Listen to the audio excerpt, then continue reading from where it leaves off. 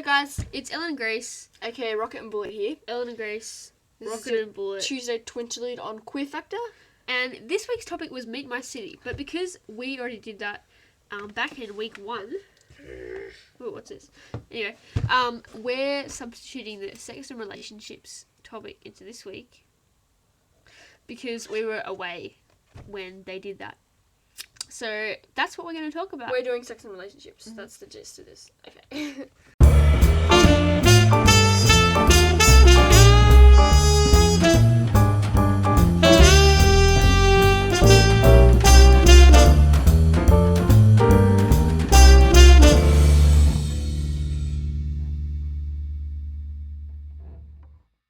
Today's topic is sex and relationships.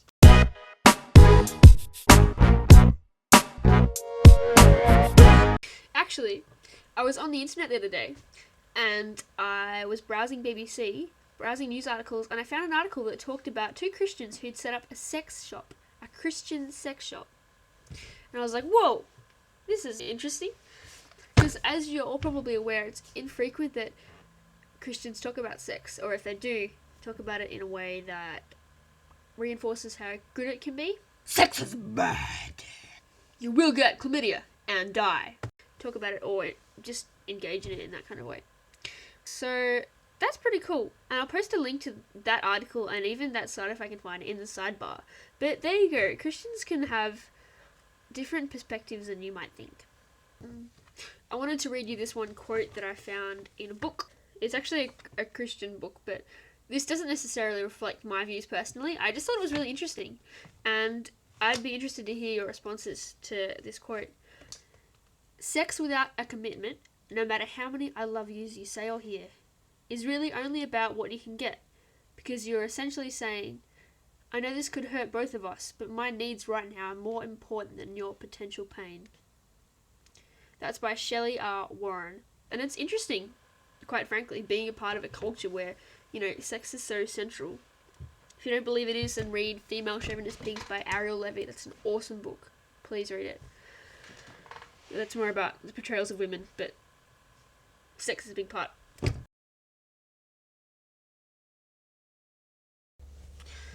I don't really feel like I'm missing out. I mean, I guess it's like my friend said today, you know, because she's of a similar experience actually. It's like skydiving. Like, I haven't been skydiving, but I don't feel like I miss it at the moment. And I guess not having sex in the books at the start of a relationship and having 2 people understand that, in some ways it can take stress out of the picture.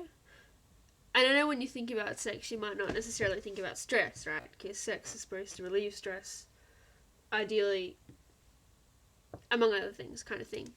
But I guess not having sex in the picture takes out the who's, what's, when's, where's, why's, and how's straight away.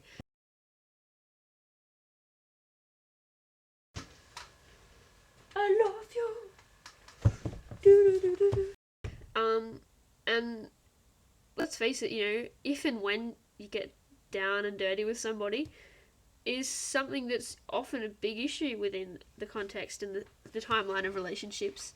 And so to not have to think about that and to just enjoy getting to know someone and getting to know them as a person before the physical is something that I guess I'm going to value. And I won't know any different because I'm not going to change my values on this one. I can be pretty strong with my values, but yeah. A lot of my friends and, you know, even people who've been interested in me have understood that.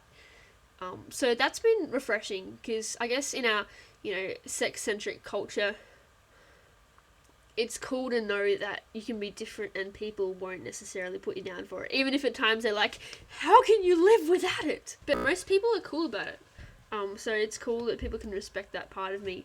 Even though, you know, I guess it makes me more careful in terms of how I pursue relationships. I don't go into a relationship lightheartedly. I don't do it on a whim.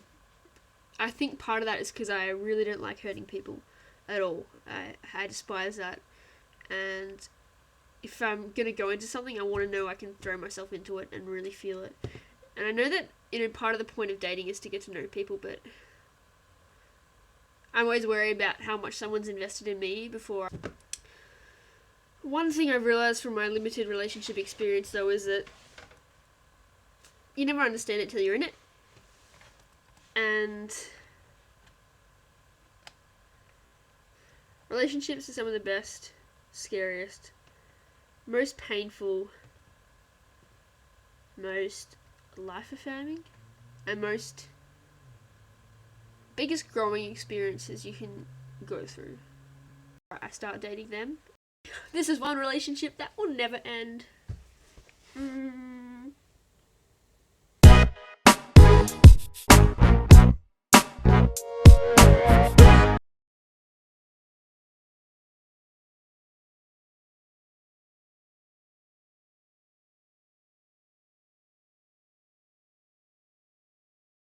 Okay, everybody take some rubber.